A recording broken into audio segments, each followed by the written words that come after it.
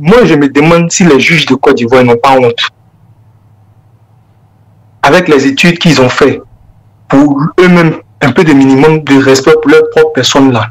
Comment ils peuvent procéder à ce genre de condamnation? La raison pour laquelle ils ont condamné Picasso là, est-ce que c'est pas à cause de ce qui s'est passé en 2010 où il a déchiré les résultats là? Mais est-ce que lui qui donnait les résultats en 2010 là, est-ce que lui l'État habilité à donner des résultats? Donc eux ils sont là. Ils veulent écarter toute l'opposition, ils veulent écarter toute l'opposition. Ils vont écarter toute l'opposition. Ils vont se lever, ils vont dire le président Thiam a une double nationalité, il ne peut pas se présenter. Ils vont se lever, ils vont dire le président Gbagbo a braqué la banque. Ils vont se lever, ils vont donner autre chose encore.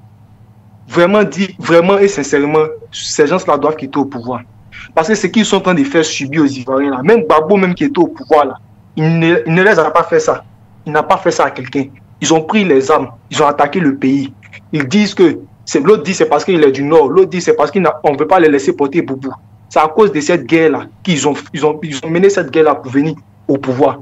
Maintenant qu'ils ont mené la guerre pour venir au pouvoir, là, eux, d'après eux, qui ont été victimes de discrimination, qui ont été victimes de mauvais traitements, là, c'est eux aujourd'hui qui se rigent contre ceux qui les ont aidés à venir au pouvoir. On condamne, pourquoi Justin, on condamne Damana Picasso, on met le secrétaire du PDCI, c'est le ministre Dosso Charles Rodel en prison. Ils s'élèvent, ils vont venir dire que le président Thiam a une double nationalité. Ils s'élèvent, ils vont venir dire autre chose encore. Ces gens-là doivent quitter au pouvoir parce qu'ils sont très malhonnêtes. Ce qu'ils font, c'est de la malhonnêteté. Ils sont très malhonnêtes. En Côte d'Ivoire, il n'y a pas de justice. Les juges en Côte d'Ivoire sont corrompus. Les juges en Côte d'Ivoire sont corrompus. Les juges qui sont là, c'est les juges qui sont aux ordres du RHDP, nous comprenons du pouvoir en place. Il n'y a pas de justice en Côte d'Ivoire. Nous comprenons très bien ce que vous êtes en train de dire, mais il y a, ma foi, une situation donc qui nous interpelle tous. C'est donc bon, tous les cas du président Laurent Gbagbo sont aujourd'hui traqués, mais on voit que M. Gbagbo, lorsqu'il fait des sorties publiques, mais c'est toujours contre soit le président Thiam. Il y a des boutades, on a l'impression que peut-être il est un peu mal conseillé ou il ne prend pas je peux dire disons la situation, il ne maîtrise pas la situation, ce qui se passe réellement. Est-ce que c'est une fausse impression que nous avons ou bien c'est une stratégie politique? Voilà, le sérieux de la situation.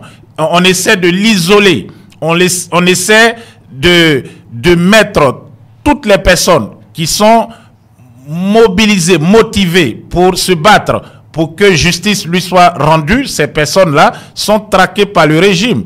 Mais lui, peut-être, il n'en parle pas et il préfère plutôt parler d'autres questions qui touchent d'autres acteurs politiques, tels que dans ce cas le président Tidiane Thiam du PDCRDA. Bon, il y a eu la question de nationalité. On sait que c'est une manipulation du régime pour essayer de ternir l'image de M. Tidiane Thiam, mais on a vu que c'était quelque chose qui était...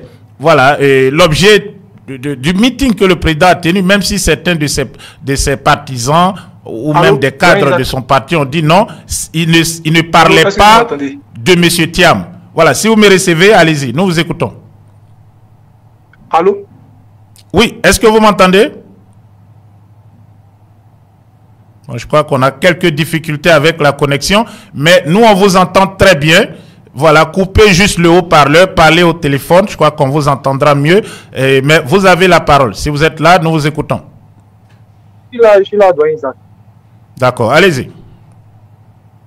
Doyen Isaac, pour les meetings du président Gbagbo, moi je crois, pour moi personnellement, moi je crois que on ne doit même pas s'attarder sur certains discours qui portent.